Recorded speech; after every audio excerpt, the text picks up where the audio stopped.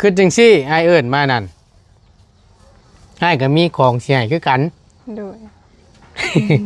ยิ้มเปื่อยๆไว้แต่ของอ้ายสิเอาให้นี่ซึ่งมันสิแตกต่างกับหมู่ใด โดย มันยังดี มันยังดีติเออ บ่มีหยังใดของธรรมชาติของอ้ายนะ โดยกองธรรมชาติก็ดีใจ ดีใจบ่ โดย ดีใจอีหลีนะ โดย อยากฮู้ว่าคือหยัง จะพูด อยากฮู้เนาะ โดย อยากฮู้เดี๋ยวลงมาสิบอก อืมถามก้อนบานนี่คือจังว่าโชคดีแท้ๆฮะอ้าโต10 ล้านฉันบ่ 10 ล้านประหารหัวใจ 10 ล้านประหารหัวใจ โดย10 ล้านประหารหัวใจ คือจังว่านั่นท่าน ดีใจ ดี ดีใจแห้ง ใช่แม่เฮ็ดหยังบาดนี่แล้วแต่เพิ่นสิบ่ แม่นที่ใจก็อยากให้เพิ่นทาสีเพื่อน แก้ปัญหาในจุดนี้ แม่น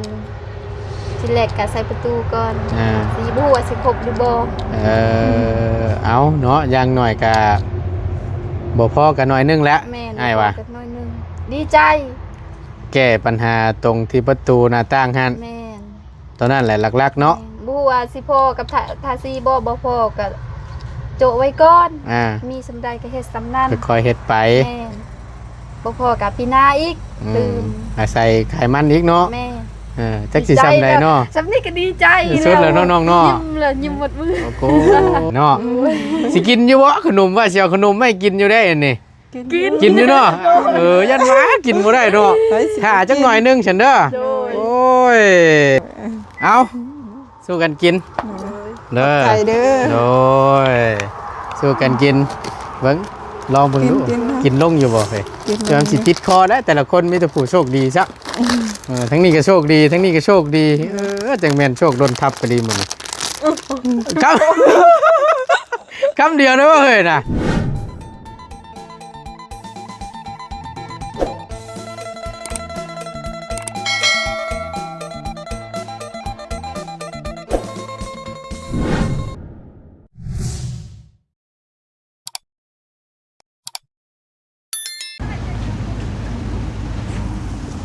ป้าโตออกหลอกเลยตัวนี่เนาะสิออกมากเลยได้นี่นะงามมาดีพี่น้องต้นมักพริกเนาะอยู่ใส่คาอยู่หม่องกระต๊อบนี่แหละมีแต่ว่า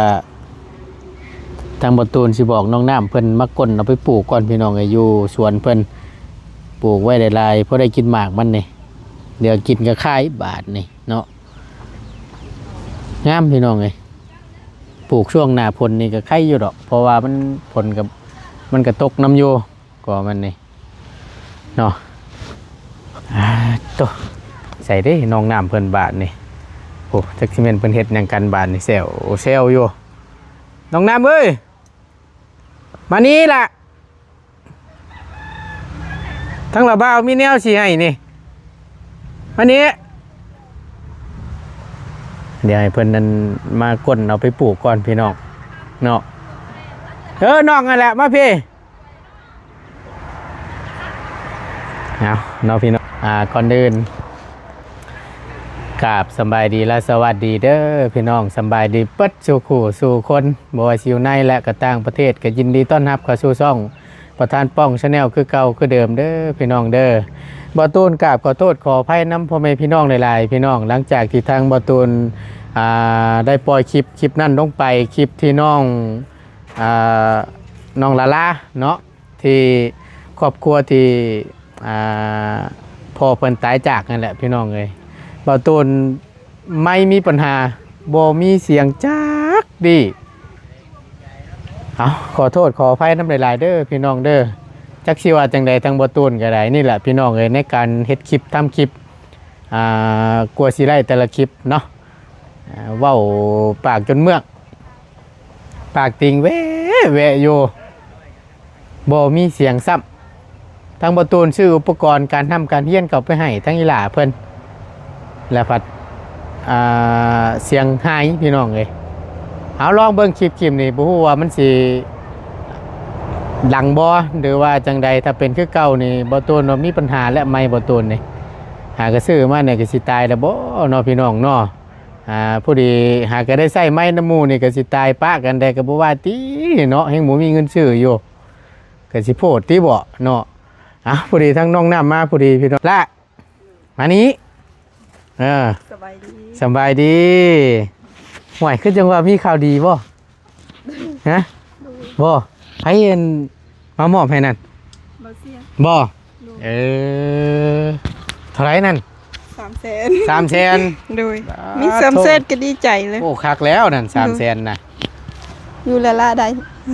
อยู่ละลาดได้ โดย ถ้าว่าเจ้าไปเฮ็ดเวียกนี่ บ่ได้ซ้ำ บ่ได้ซ้ำ มื้อนึง100,000ก็บ่คุ้ม มื้อละแสน โดย ก็บ่ฮอดซ้ำเนาะ โดยได้300,000 3มื้อพุ่นจะเฮ็ดได้ ไปเฮ็ดเวียกเนาะ โดย ถือว่าโชคดีอยู่เด้เนาะ โดย ผู้ใหญ่ทั้งใด บ่ หึ บ่ บ่ว่าบ่เสียงบ่ได้บอกบ่ ทางอ้ายใจดี อ้ายใจดี โดย ทั้งใดเพิ่นเป็นคนลาวหรือคนไทย ว่าคนไทย เนาะเอาไรมีแต่ว่าบ่ฮู้เอาจังซี่ โดย มาบาดนี่ทั้งอ้ายสิบอกให้ มีคำหนึ่งเอามาพี่ก่อนจังหน่อยมันจะถอนแสงโอเคอ้ายอยากให้ปรับปรุง โดย น้อยหนึ่งเด้อ โดย เอาอ้ายถามก่อนคำที่อ้ายเว้าไปบางคำนี่น้องบ่ฮู้ดีบ่หรือว่าบ่อยากตอบ บ่ฮู้แนวเรื่องบ่ฮู้เลย เวลาเฮาลืมบางเทื่อเฮาลืม ลืม โดยจังเฮาตอบว่าบ่ฮู้ โอ้ย เฮาคิดบ่ออกเลย คิดบ่ออก โดย ก็ได้เว่าคำเดียวว่าบ่ฮู้ โดย ตัดปัญหาไปเลย โดย บ่ว่าเห็นว่ากันเนาะอันคำบางคำนั่นซึ่งทั้งง่ายก็ถามง่ายๆแล้วเจ้าก็ตอบให้มันตรงประเด็นทั้งง่ายถามเบิดเท่านั้นล่ะเอ้ย โดย ปรับปรุงตัวนี้เด้อ โดย ขอร้องเด้อ โดย พี่น้องเพิ่นพังอยู่ป้า FC เพิ่นพังอยู่นี่เพิ่นก็จังว่าน้องน้ำบ่ฮู้ว่าซั่นบ่เอาเด้อตัวนี้เด้อ โดย พยายามตอบคำถามให้เวลาไอ้ถามเด้อ โดย บ่ต้องเว้าตัดปัญหาว่าบ่ฮู้นี่ก็บ่เอาคือกันเด้อ พยายามแก้ตัวนี้เด้อ โดย จำไว้ได้ บางเทื่อลืม นะบ่ค่อยๆคิดก็ได้แล้วจังค่อยตอบให้ก็ได้บ่เป็นหยังบ่เข้าใจมองไรให้ถามเด้ออยากให้ซอยตัวนี้นำ ปรับปรุงตัวนี้น้อยหนึงเนาะ โดย กินข้าวแล้วบ่ ยังอยู่ โดย เพราะว่าแต่เช้ามานี่ได้ แต่เช้าก็ยังบ่ทันกินแต่ตำ อ้าวหูย บ่ยากเลยกินข้าวบ่แซ่บ กินข้าวบ่แซ่บ โดย ห่วยมันสิบ่น้ำเฮลิบอยมาใส่อีกซะบ่ น้ำแดงนะ ไม่ได้กินเลยน้ำแดงส่วนนี้ บ่ได้กินบ่ โดย แต่ว่าหลังจากที่ทางทีมงานเข้ามาพบเจอแล้วก็ได้กินอาหารการกินหรือว่าได้กินนู่นนี่นั่นแล้วก็เริ่มมีสีสันขึ้นมา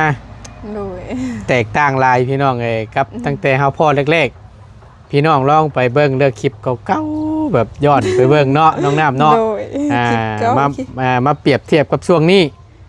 แตกต่างกันหลาย โดย แต่ช่วงนั้นก็เดืองก็ดีได้น้องเนาะ โดย คือคนบ่มีเหือมีแห้งนี่ แม่ เมื่อยบ่ช่วงนั้นเอาบ่จับเจือ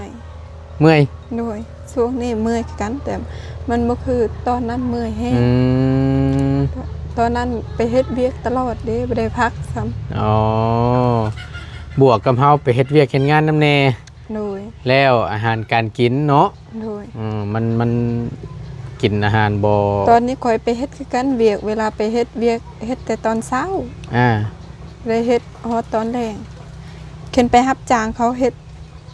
ฮอดค่ำพุ่นจังมื้อนี่เฮ็ดเวียกเองเฮ็ดแต่ตอนเช้าตื่นแต่5:00 นไปเฮ็ดประมาณ8:00 น 9:00 นจังมื้ออันนั้นก็คือไปรับจ้างเพิ่นโดยไปรับจ้างฮอดไปแต่ประมาณ5:00 น 5:00 นเช้านี่ประมาณ6:00 น 7:00 นมื้อประมาณ4:00 น 5:00 นเพิ่นจังมื้อถือว่าเบิดมื้อเนาะโดย ไปตั้งแต่ตี 5หรือว่า5 โมงเช้านี่พี่น้อง6 โมงนี่ออกจากบ้านโดยบัดนี้กลับมาช่วงแรงเลิกงานนี่ก็แม่น 7-8 โมงสิบ่ 7-8 โมงแค่ยามอันนั้นเขากลมันซ้ำได้แล้วเขาเฮ็ดมันจังเมื่อเขาว่าบ่ได้เฮาก็ขึ้นย้อนแน่เนาะโดยจนกว่าสิแล้วบ่จังสิได้กลับมันน่ะแม่นปาดโตแต่ละมื้อหั่นใดโดยคักแน่ดีเนาะ มันจังพอนั่นแหละก็ว่านั่นน่ะเมื่อยก็ว่านั่นน่ะเนาะเพราะว่าเฮ็ดงานอยู่ฝั่งไทยนี่ซึ่งมันสิแตกต่างกันแน่น้องเอ้ยแต่เพิ่นเฮ็ดงานนั่นเป็นโมงเป็นเวลาแบบเขานั้นเขาเฮ็ดเวียกอยู่โรงงานกับแบบนั้นกันบ่แม่นนี่แบบเฮาเฮ็ดของคนละเทิงนี่ผู้นึงซอยผู้นึงแบบนั้นอ๋อว่าง่ายไปเอาแห้งกันนำต่างซอยกันไปนำบ่โดยเอาเงินแน่ต่างซอยนี่นะเห็นว่าสิไล่เงินนั่นเห็นว่าไล่ว่าไปเฮ็ดรับจ้างนั้นประมาณ5 โมง 4 โมงจังมื้อก็คือกันเนาะโดยเอาพี่น้องเอ้ยก็นี่แหละก็สู้ๆไปแหละเนาะเป็นไรซะทางให้ทางยังเจ้าของเจ้าเตรียมสิปลูกข้าวแล้วเบิดแล้ว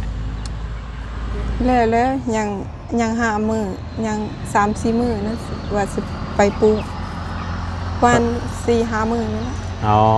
สิไปซักข้าวให้นี่บ่ถ้าว่าไปซักข้าวให้ไปปลูกข้าวให้นี่ใช้เวลาจักมื้อน่ะเนาะประมาณ 3-4 มื้อ3-4 มื้อโดยไปเวลาเฮาไปนี่ก็ไปช่วยกันหลายคนนี่เนาะโดยแค่เอาแห้งหลายคนอยู่อ๋อเคยเอาแห้งกันอยู่บ่โดยเคยอยู่แบบว่าช่วยกันเนาะโดยแค่เฮาเอาแห้งนี่ประมาณ2 มื้อ 3 มื้อให้ผู้นั้น2 มื้อ 3 มื้อมันแบบหลายคนดิช่วยกันซักเนาะโดยซักข้าวให้ซักปะไว้ว่ายามพาลงฝนตกเริ่มดินชุ่มก็แตกออกแล้วก็แม่นเฮากลับไปดูแลเสียหญ้าให้เอาโดยเอาดีแล้วซอยกันฉันเนาะคือจังซี่อ้ายเอิ้นมานั่นอ้ายก็มีของสิให้คือกันโดยยิ้มเปื่อยๆไว้แต่ของอ้ายสิเอาให้นี่ซึ่งมันสิแตกต่างกับหมู่ใดโดยมันยังดีติบ่มีหยังใดของธรรมชาติของอ้ายนะโดยของธรรมชาติก็ดีใจบ่โดยดีใจอีหลีนะโดยอยากฮู้ว่าคือหยังอยากฮู้เนาะอยากฮู้เดี๋ยวลงมาสิบอกนี่เอามันยังกันนี่มักเพชรเอาไปปลูกด้วยไหนเอาเข้าสวนเจ้าผู้มันเต็มแล้วโดยเอาไปปลูกไว้โลดเชื่อไอ้นี่เอ้ยเนาะเอาใครกูหาป้าไว้อย่างซี่ได้น้องเอ้ยไปเอาเสียมมาขุดแล้วไปปลูกไว้โลดอยู่ในสวนเฮาได้ให้มันเป็นหมากเป็นหยังเนาะก็ไว้กินใครกูเฮาสิป้าถิ่มอยู่จังซี่นี่สิได้ได้มันออกลอกเลยน่ะต้นแรงก่อนต้นแรงก่อนบ่ตอนแรกนะไปเอามาโลดนี่มันห่มแล้วนั่นมันโหนตัวเสียงมันโหนที่อย่ามันตายบ่มันบ่ตายต้นแรงมันเย็นคือว่าอยู่ห่มอยู่นั่นน่ะอยู่ห่มนั่นเราอ่ะมันอยู่ห่มแต่มันร้อนอากาศมันร้อนบ่โดยเจ้าอย่าลืมเด้อเด้อนี่เด้องามแท้ๆมึงนี่มาพริกกันนะจักต้นแล้วอยู่ในสวนนั่นน่ะส่วนน้อยหลายต้นอยู่หลายต้นอยู่โดยมีอยู่บ่มะเขือนั่นมันเต็มแล้วนั่นแหละเห็ดสวนน้อยโพดสวนน้อยเลยเฮาซื้อหน่อยเดียวให้ซื้อหน่อยเดียวแพ้ชื่อผ่าขันนะโดยคือบ่ซื้อหลายๆนี่บ่มีเงินโดยเห็นมีเงินอยากซื้อหลายอยู่เอามื้อไรซะทางพอน้องหลานน้อยเพิ่นสิมาเฮ็ดห้องน้ำห้องในยังถ่าลุงหนวดอยู่ถ่าลุงหนวดขึ้นมาก่อนบ่โดยจากเราสิขึ้นมาเมื่อใดทางลุงหนวดกันเนาะโดยเพราะว่าทางลุงหนวดเพิ่นเป็นผู้ฮับเนาะผู้ฮับค่าหงค่าแห้งกับแม่นน้ำลุงหนวดเนาะดีแล้ว ดู โอ้อารมณ์ดีเป็นพิเศษมื้อนี้เนาะเพิ่นได้ของขวัญเด้ยิ้มเปื่อยๆอยู่ ดีใจนำเด้อ โดย ดีใจนำดีใจนำบ่ฮ้อนจังบ่อันได้ถามในใส่คือจังว่าหลายตู้ มัน แท้ เย็น ๆป้า สองตัวใส่หลายตู้ โยมมีแต่เสื้อแขนยาวเต็มอยู่เนาะอบผิวว่าซั่นเถาะ โบยันผิวมัน อบผิวแล้วนี่ โบ โอ้ยเนาะเอาสันพี่น้องเอ้ยเดี๋ยวเข้าไปเบิ่งน้ำกันเนาะเดี๋ยวหาหม่องจัดเตรียมสถานที่ไว้ปลูกโกกพริกเด้อ โดย หาขุดดุมขุดหยังไว้ต้นเดียวหนึงดอกบ่ได้หลายดอก โดย อันนี้ต้นหยังอันนี้บ้านหยังอันนี้บ่ จะเป็นหยังคอยกับบุฮูคือกัน ของเจ้าเองบ่ บ่แม่ ของไผซะ ของยันของไม่เท่าหั่น คอยกับบุฮูเห็นของคอยเองคอยจังฮู้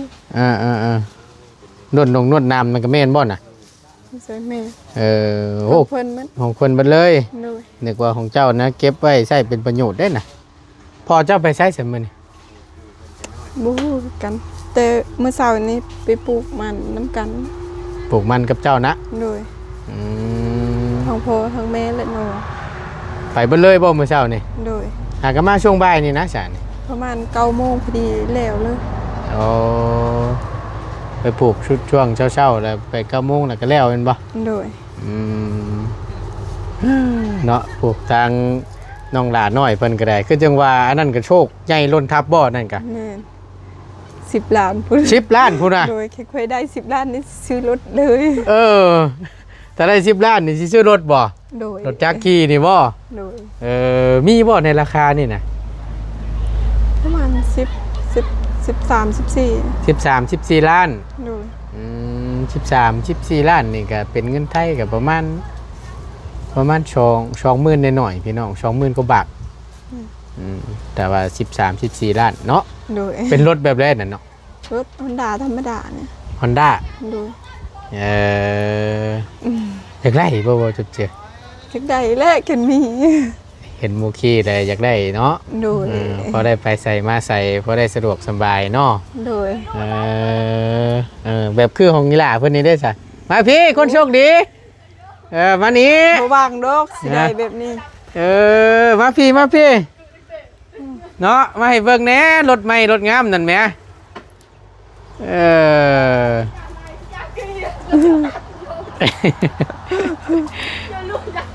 อารมณ์ดีเป็นพิเศษเนาะบ่ว่าไผโน่ให้เนาะมื้อนี้เนาะถ้าคอยกันได้300,000มาลูกดีคือกัน สบายดีเด้อ โดยสบายดีน้อง อย่าได้สักนัดเดี๋ยว เกิน ยิ้มแก้มบี้ด้วยนะปาดโถลมยาลม โดย เป็นวิน บ่เป็นบินแต่มื้อเช้านี่ เอ้าเป็นหยังน้อง บ่สปากินหัว วินหัว โดย ไปเฮ็ดหยังมาจังว่าวินหัวเฮ็ดเวียก มันเป็นน้ำอากาศ เป็นน้ำอากาศ โดยคอก็เจ็บ เอ้าคือมีแต่แนวเจ็บแท้ โอ้ย คอย3-4 มื้อแล้วบ่ได้กินข้าวเป็นไง ช่วงนี้กินข้าวบ่ค่อยหลายบางมื้อนึงกินแต่คาบเดียว บ่ โดย ลดหุ้นบ่น้อง บ่ได้ลดหุ่น บ่อยากกินเข็นเวลากินนี่มันจะหาก เอ้าสั่งว่าแท้เฮ้ย แบบว่าเคยอดแล้วเด้แบบว่า จะไป ท้องรู้สึกหิวอยู่แต่แบบว่าบ่ได้กินหิวกับบ่ได้กินแล้วมันเป็นคือบ่ยากเลยเด้ สั่งว่าแต่ว่านี่ว่าง่ายๆนี่ท้องน่ะอยากอยู่ โดย แต่ว่าปากนี่บ่คิดอยาก แม่ ก็ได้บ่พากินซ้ำบาดนี่ เข็นเวลาเรากินมันอยากหา แบบว่าอาหารมันบ่ค่อยแซ่บเด้ ม บ่ค่อยมีอาหารเด้คันมีอาหารก็กินข้าวคำใหญ่ แม่ไม่ได้จำแจ่วไม่ได้จำแจ่วกินก็หา ๆเอามือไปหาหน่อไม้คันได้หน่อไม้ก็แซ่บ อืม แตกหน่อไม้บางมื้อ กินตลอดละไม่ก็เจ็บกระเพาะ แม่เจ็บกระเพาะน้องก็เจ็บกระเพาะช่วงนี้บ่มีอาหารกินบ่ได้ไปหาหน่อไม้เลยบ่มีอาหารกินเจ็บกระเพาะเลยบ่ กิน อยา ตลอดละไม่เจ็ ตั บ วนี้แหละสำ มี คั แต่ ญ อาหารมีแต่หน่อไม้เด้ ละไม่กับพัก อืม แล้วแต่พัก กินตลอดก็ จำแจ่ เจ็บ ว กระเพาะเจ็บกระเพาะแล้วคันบ่กินหน่อไม้บ่ฮู้ว่าสิกินหยังก็เลยต้องบ่มีอาหารกิน บ่ติเนาะมันจำเป็นเลยพี่น้อง เพราะว่าอยู่พี่ก็ดักๆเพิ่นนี่ก็แม่น หน่อไม้หน่อมันนี่แหละเนาะส่วนหลายไปหามาแล้วก็พอได้แกงมดแกงแล้วก็ต้มกินดุได้ก็คือว่าละท้องเกี่ยวกับโรคกระเพาะ ไปบ่เป็นเลยเจ็บกระเพาะ การเจ็บกระเพาะแล้วเนาะทรมานแท้ๆอันนี้ก็ได้ถามก้อนบานนี่คือจังว่าโชคดีแท้ๆฮะโต10 ล้านฉันบ่ 10 ล้านประหารหัวใจ 10 ล้านประหารหัวใจ โดย10 ล้านประหารหัวใจ คือจังว่าเดี๋ยวนั้น ดีใจดีใจแห้งเพราะว่าน้องมีเงินก้อนแรกเด้เลยอยากให้พ่อแม่แปลว่าน้องบ่เคยได้เงิน ลายปานนี้ แม่นและอยากให้พ่อแม่เด้ อ๋อ ที่พ่อแม่เลี้ยงมาแต่น้อยจนใหญ่ก็เลย อยากให้เพิ่น อยากตอบแทนเพิ่น แม่นอยากตอบแทน โอ้ย แต่ว่าหาเงินบ่เป็นเด้บ่ได้เด้ อ่า ก็เลยอยากตอบแทนเพิ่นมีผู้ใหญ่ใจดีให้แล้วก็อยากตอบแทนพ่อแม่ สาธุเนาะ โดย เจ้าสิไปให้แม่บ่เงิน10 ล้านนั่น แม่น น่ะ ให้แม่ ใช่แม่เฮ็ดหยังบาดนี่แล้วแต่เพิ่นสิบ่ แม่นที่ใจก็อยากให้เพิ่นทาสีเพื่อน แก้ปัญหาในจุดนี้ แม่นทีแรกก็ใส่ประตูก่อน อ่า สีบ่ฮู้ว่าสิครบหรือบ่ เอาเนาะอย่างหน่อยก็บ่พอกันหน่อยนึงแล้ว แม่น อ้ายว่า กันน้อยหนึงดีใจ แก้ปัญหาตรงที่ประตูหน้าต่างหั่น แม่น ตอนนั้นแหละหลักๆเนาะ แม่บ่ฮู้ว่าสิพอกับทาสีบ่พอก็โจะไว้ก่อน มีสำใดก็เฮ็ดสำนั้น ค่อยๆเฮ็ดไป แม่นบ่พอกับปีหน้าอีกตื่น อาศัยไขมันอีกเนาะ แม่ จักสิซ้ำใดเนาะ สำนี้ก็ดีใจ สุดแล้วเนาะน้องเนาะ ยิ้มเลยยิ้มหมดมือ โอ้ยสินอนรับอยู่บ่มื้อแดงนี่ ทรงคือนอนบ่หลับ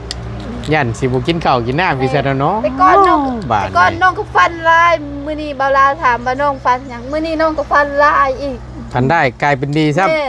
น้องฟันลายอีกเพิ่นถามก็ฟันน้องก็บอกว่าน้องฟันลาย ฟันว่า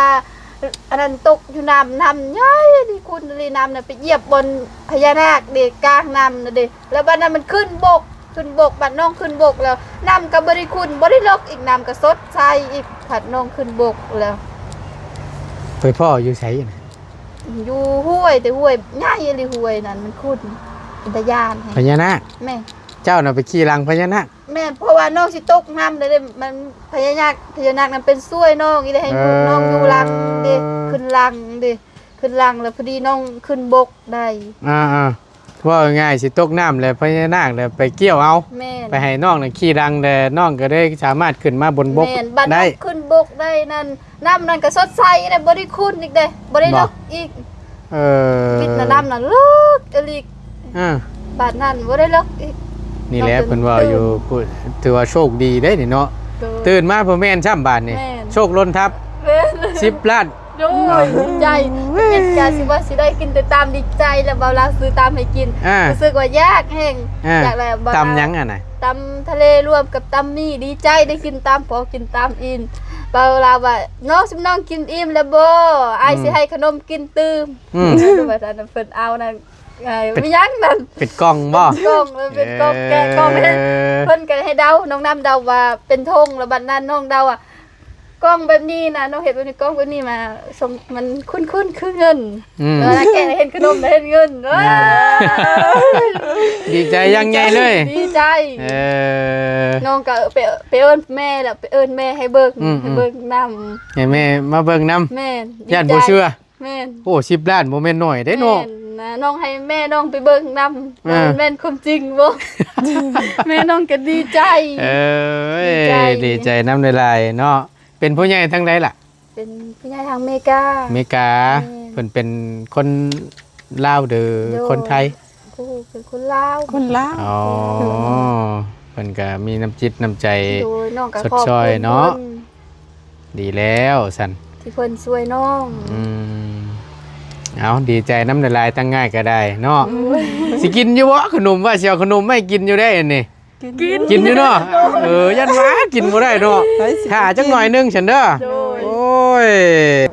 เอาสู้กันกินเด้อ ใจเด้อ โดยสู้กันกินเบิ่งลองเบิ่งดู กินนะ กินลงอยู่บ่เฮ้ย กิน จนสิติดคอแล้วแต่ละคนมีแต่ผู้โชคดีซะทั้งนี้ก็โชคดีทั้งนี้ก็โชคดีจังแม่นโชคโดนทับก็ดีหมดนี่ครับ คำเดียวนะว่าเฮ้ยน่ะเคี่ยวไล่อยู่บ่ได้บานนี่ หิวข้าว เอาให้กินก่อนให้กินก่อนหิวข้าว ดีใจจนหิวข้าว เสียดบาทนี่ แล้วเอาก็เอา อย่าแค่นเด้อบ่มีน้ำได้ ค่อยๆกินได้อเด้อเสียดบาทนี่ ไปบ่เป็นเลย ลงแล้วบ่ ลงเร็ว เอากินต่ออีกก็ได้แซ่บอยู่บ่ จับยาแล้วมีน้ำเมื่อกินน้ำอยู่เพื่อนก่อน กินน้ำอยู่เพื่อนว้าเห็นว่าก็ได้ เดี๋ยวมันสิคาคอวิไผสิช่วย เด้น้ำเพื่อนน้องน้ำอยู่เด้เนาะ โดย เอาโอเคดีใจน้ำทั้งสองหลายๆเด้อ โอ้ย มีผู้รักผู้ใหญ่เพิ่นแนมเห็นพี่น้องเอ้ยสดช่อยมาเนาะก็ดีใจน้ำขอบคุณหลายๆทางบ่ตูนก็ได้ อยู่ดีมีแห้งเนาะสบายดีล่ะ สบาย โด ดี ยมาอันอาตึมบ่าวมานี่โอเคพี่น้องเอ้ยไปพี่น้องเอ้ยเพื่อเป็นการบ่เสียเวลาเดี๋ยวมันสิยืดสิยาวเนาะก็แสดงความยินดีน้ำน้องเพิ่นทั้งสองคนที่โชครถทับเนาะดีใจน้ำหลายๆทางบ่ตูนก็ได้ขอบคุณเด้อพี่น้องที่เข้ามาเป็นกำลังใจและติดตามรับชมคลิปโดยบ่กามโฆษณาเนาะและเข้ามาเป็นกำลังแห่งใจให้กับบ่ตูนโดยตลอดมาสำหรับคลิปนี้บ่ตูนจบลงเพียงสำนี้ก่อนอยู่ดีมีแห้งพบเจอกันคลิปหน้าพี่น้องสบายดีเด้อพี่น้องเด้อไป